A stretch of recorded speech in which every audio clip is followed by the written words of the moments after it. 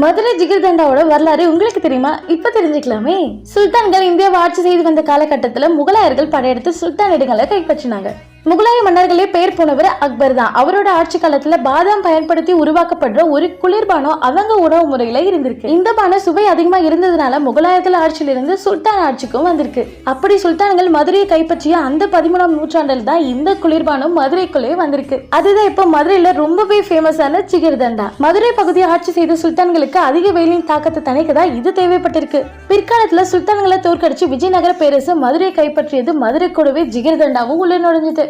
இந்த ஜிகிர்தண்டா முகலாயர்களால கண்டுபிடிக்கப்பட்டு சுல்தான்களால் மதுரைக்கு கொண்டு வரப்பட்டாலும் கூட இந்த ஜிகிர்தண்டாவை உலகம் முழுக்க ஃபேமஸ் படுத்தியது நம்ம மதுரை தான். என்னதான் தமிழ்நாட்டுல வேற இடங்கள்ல ஜிகிர்தண்டா கிடைச்சாலும் கூட மதுரையோட ஜிகிர்தண்டாவை எப்பவுமே அடிச்சுக்க முடியாது. மதுரையோட ஜிகிர்தண்டாவை நீங்க குடிச்சிருக்கீங்களான்னு மறக்காம கமெண்ட் பண்ணிடுங்க. நம்மளோட சேனல் யூடியூப்ல சப்ஸ்கிரைப் பண்ணி ஆல் பண்ணி கிளிக் பண்ணிடுங்க. இன்ஸ்டாகிராம்ல ஃபாலோ பண்ணிடுங்க.